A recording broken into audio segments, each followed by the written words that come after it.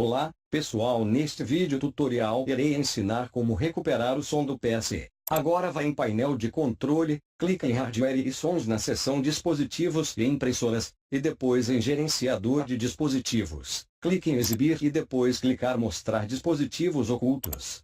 Clica aqui em controladores de som, vídeo e jogos certo. No botão direito do mouse, selecione este drive, e clique em desinstalar o drive. Feito isso, reinicie o seu PC, certo? Logo após, e clique em dispositivos de reprodução. Automaticamente irá recuperar o som no Windows, e faça o teste. Mas se realmente não funcionar, recomendo que baixe o drive. Deixe o link de download abaixo do vídeo. Clica no card ao lado e veja como acelerar seu computador sem programa. Então, galera, isso é tudo, valeu!